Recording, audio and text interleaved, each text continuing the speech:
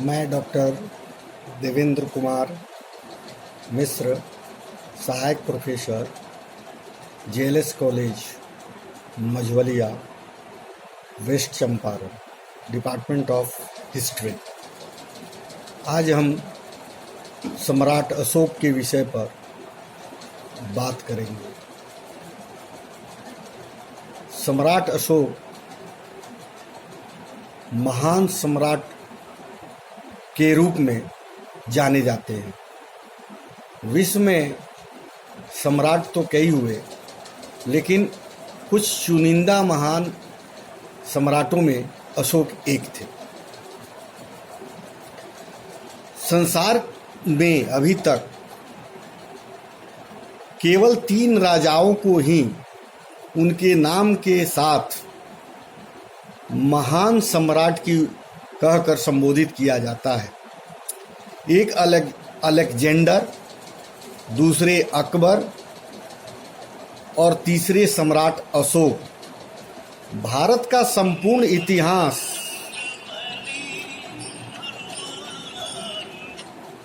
भारत के इतिहास में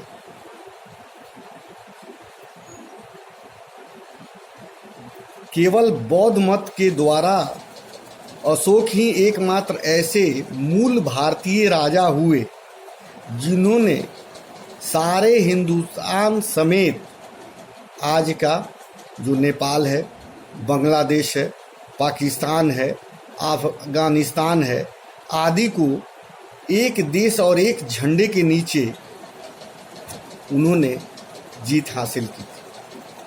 केवल इन लोगों को जीता ही नहीं, बल्कि अपनी प्रजा को अपने बच्चों के समान प्रेम किया और बेहतरीन शासन दिया, जिसकी याद में आज भी हमारा राष्ट्र उनके चिन्ह अशोक स्तंभ और झंडे पर अशोक चक्र है। संसार के इतिहास में जो 3 राजाएं केवल महान कहलाए,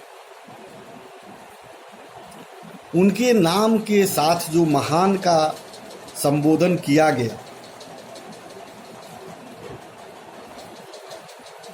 वे कुशल प्रशासक, उनकी प्रशासन की क्षमता हर तरह से अच्छी थी। वे लोग अपने साम्राज्य के पर कुशल नेतृत्व करते थे। जीवन उत्तरार्ध में गौतम बुद्ध के भक्त अशोक हो गए। उन्होंने बौद्ध धर्म का प्रचार प्रसार काफी व्यापक रूप से किया। महात्मा बुद्ध की स्मृति में उन्होंने एक स्तंभ खड़ा कर दिया, जो आज भी नेपाल के उनके जन्म स्थल लुम्बिनी में माया देवी मंदिर के पास अशोक स्तंभ के रूप में देखा जा सकता है। उसने बौद्ध धर्म का प्रचार भारत के अलावा श्रीलंका, अफगानिस्तान, पश्चिम एशिया, मिस्र तथा यूनान में भी कराया। अशोक के अभिलेखों में प्रजा के प्रति कल्याणकारी दृष्टिकोण की अभिव्यक्ति की गई है। अशोक एक महान सम्राट थे, चक्रवर्ती सम्राट थे। ईसा पूर्व 304 से ईसा पूर्व 232 विश्व प्रसिद्ध एवं शक्तिशाली भारतीय मौर्य राजवंश के महान सम्राट थे। सम्राट अशोक का पूरा नाम देवनाम प्रिय अशोक मौर्य था। उनका राज्यकाल ईसा पूर्व 272 से 232 प्राचीन भारत में था। मौर्य राजवंश के चक्रवर्ती सम्राट अशोक ने अखंड भारत पर विजय राज्य किया था तथा उनका मौर्य साम्राज्य पर उत्तर में हिंदू कुश की श्रेणी में से लेकर दक्षिण में गोदावरी नदी के दक्षिण तक, मैसूर तक तथा पूर्व में बांग्लादेश से पश्चिम में अफगानिस्तान तक, ईरान तक पहुंच गया था।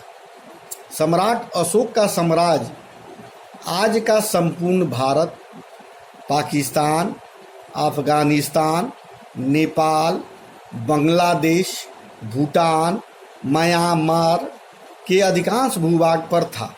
यह विशाल साम्राज्य उस समय तक से आज तक का सबसे बड़ा भारतीय साम्राज्य रहा है। चक्रवर्ती सम्राट अशोक विश्व के सभी महान शक्तिशाली सम्राटों एवं राजाओं की पंक्तियों में हमेशा शीर्ष स्थान पर ही रहे। सम्राट अशोक ही भारत के सबसे शक्तिशाली एवं महान सम्राट हैं। सम्राट अशोक को चक्रवर्ती सम्राट अशोक भी कहा जाता है, जिसका अर्थ होता है सम्राटों का सम्राट, और यह स्थान भारत में केवल सम्राट अशोक को ही मिला है। सम्राट अशोक को अपने विस्तृत साम्राज्य से बेहतर कुशल प्रशासन तथा बौद्ध धर्म के प्रचार के लिए भी जाना जाता है। सम्राट अशोक ने संपूर्ण एशिया में तथा अन्य आज के सभी महाद्वीपों में बौद्ध धर्म का प्रचार किया। सम्राट अशोक के संदर्भ में कई स्तंभ और शिलालेख आज भी भारत के कई स्थानों पर दिखाई देते हैं। इसलिए सम्राट अशोक की ऐतिहासिक जानकारी एवं अन्य किसी भी सम्राट या राजा से बहुत व्यापक रूप से मिलती है। सम्राट अशोक प्रेम, सहिष्णुता, सत्य, अहिंसा एवं शाकाहारी जीवन प्रणाली के सच्चे समर्थक थे। इसलिए उनका नाम इतिहास में महान परोपकारी सम्राट के रूप में भी दर्ज है। आप सभी जानते हैं कि चंपारण में, पश्चिम चंपारण के लौरिया में भी अशोक स्तंभ अवस्थित है। दूर दूर से कई देशों से लोग इसे देखने, समझने के लिए पर्यटक आया करते हैं।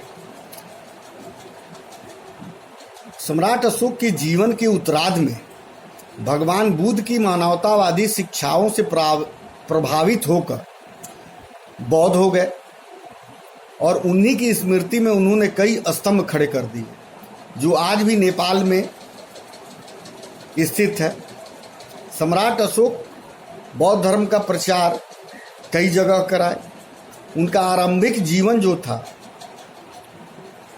सम्राट अशोक बिंदुसार तथा रानी धर्मा का पुत्र थे। लंका की परंपरा में बिंदुसार की 16 पटरानियों और 101 पुत्रों का उल्लेख है। पुत्रों में केवल 3 ही नामोल्लेख हैं, जिसमें सुसीम सबसे बड़ा था, अशोक और तिष्य। तिष्य अशोक का सहोदर भाई था और सबसे छोटा था।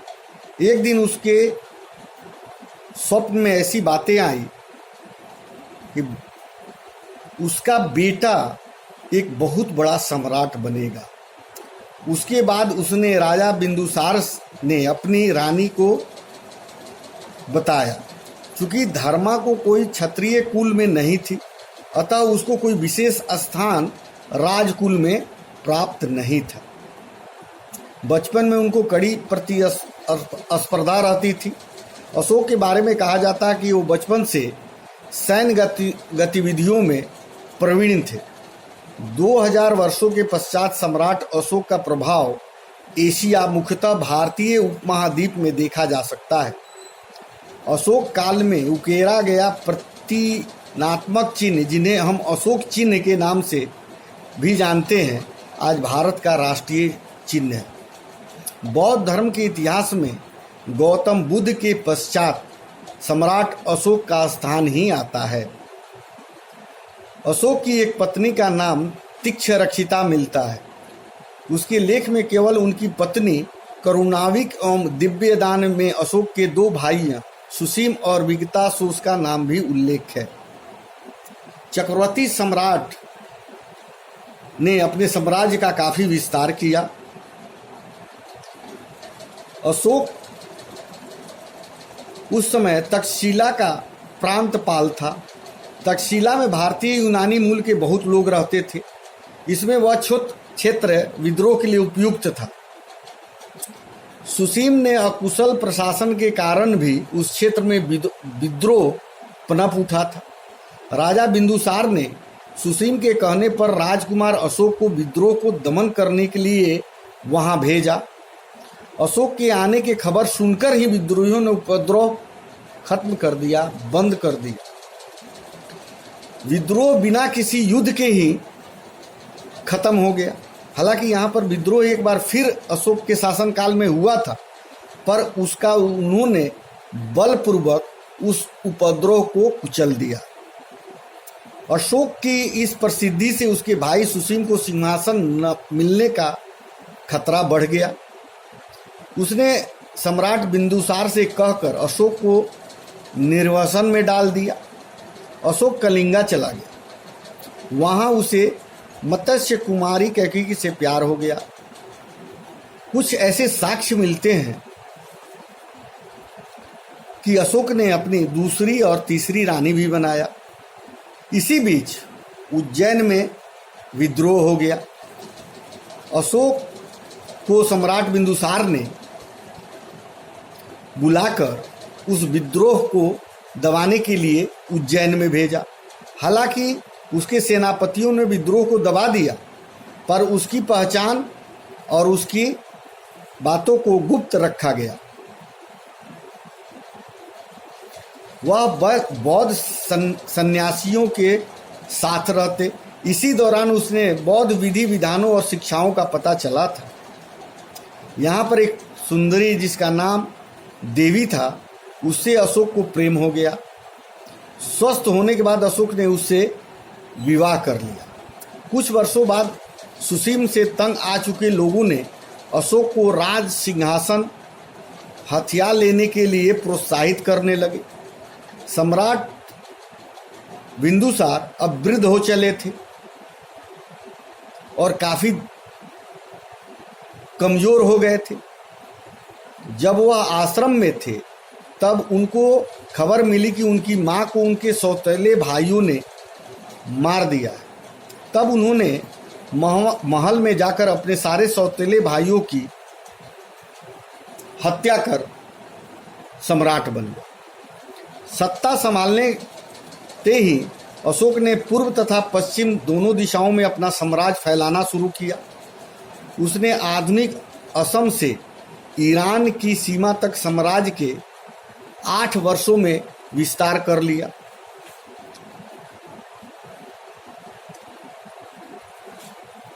अशोक के जीवन में कलिंग की लड़ाई, ये युद्ध एक महत्वपूर्ण युद्ध है। चक्रवर्ती सम्राट ने अपने राज्याभिषेक के 8वें वर्ष 261 ईस्वी पूर्व में कलिंग पर आक्रमण किया था। आंतरिक अशांति से निपटने के बाद 269 ईस्वी पूर्व में उनका विधिवत राज्याभिषेक हुआ। 13वें शिलालेख के अनुसार कलिंग युद्ध में 1,50,000 व्यक्ति बंदी बनाकर निर्वासित कर दिए गए। 1 लाख लोगों की हत्याएं कर दी गई। सम्राट अशोक ने भारी नरसंहार को अपनी आंखों से देखा। इससे वह काफी दुखी हुए। सम्राट अशोक ने शांति, सामाजिक प्रगति एवं धार्मिक प्रचार के प्रति अग्रसर हुए। तथाकथित ये भी बातें हैं कि वहाँ के जितने पुरुष थे इस युद्ध में मारे गए। तत्पश्चात वहाँ की औरतें अशोक से युद्ध करने के लिए सामने आई।